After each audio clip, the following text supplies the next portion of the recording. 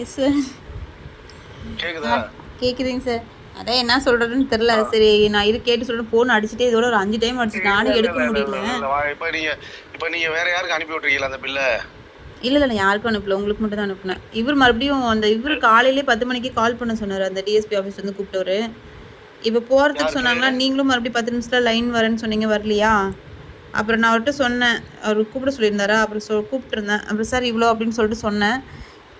சரிங்கம்மா நான் இருங்க, எவ்வளோ கிராம்னு கேட்டார். நான் 3 கிராமுங்க சார் அப்படின்னு சொல்லிட்டு சொன்னேன். சரிங்க நான் இருங்க, நான் லைனில் போயிட்டு வரேங்க மேடம் அப்படின்னாரு. சரிங்க சார் அப்படின்னு. சரி அந்த நம்பர் எனக்கு வாட்ஸ்அப்பில் போட்டு விடுங்க. இது எந்த நம்பருங்க சார்? அந்த டிஎஸ்பி ஆஃபீஸில் யார் ஃபோன் பண்ணாங்களோ அந்த நம்பர் எனக்கு வாட்ஸ்அப்பில் போட்டு விடுங்க. நான் உங்களுக்கு பண்ணி விட்றேன். வேற என்ன சாப்பிட்டாச்சா? சாப்பிட்டாச்சுங்க சார்.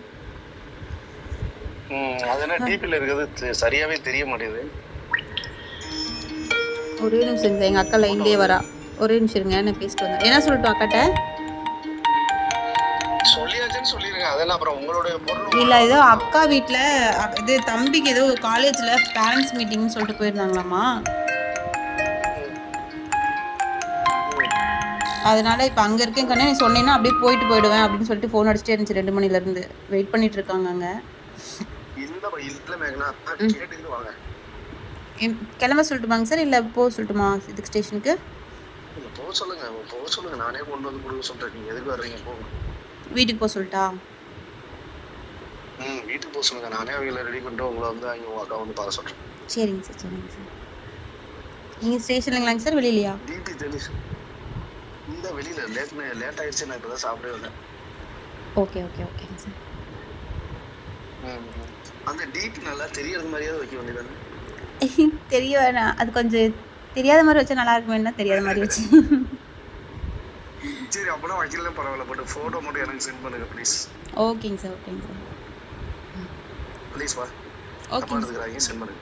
ஓகேங்க சார். தேங்க்யூ. Okay thank you. அதை வந்து அப்படியே வந்துட்டு ஸ்கேன் பண்ணி அப்படியே வந்துட்டு அப்ரைசரை வச்சு வெயிட் போட்டு பில்லு வாங்கி அதெல்லாம் நீங்க நினைக்கிற அளவுக்கு கிடையாதுப்பா. ரொம்ப அதிகமா நினைக்காதீங்க. எழுதி கொடுத்துட்டு வந்திருக்கேன் சொன்னாங்க. என்னப்பா எனக்கு தெரியாது எவ்வளோ வெயிட்டு சொல்லிட்டு. அப்புறம் கேட்டேன், நான் சொல்லிட்டு தான் வந்து 3 கிராம்னு சொல்லிட்டு அவர்கிட்ட சொல்லிதான் கொடுத்துட்டு வந்தேன். தேட சொல்லி எப்படி காணாமல் போயிருக்கோம் அப்படி இருப்பாங்க. சரி விடு, கொடுப்பாங்க கண்டிப்பாக தேடி கொடுப்பாங்க அப்படின்னு.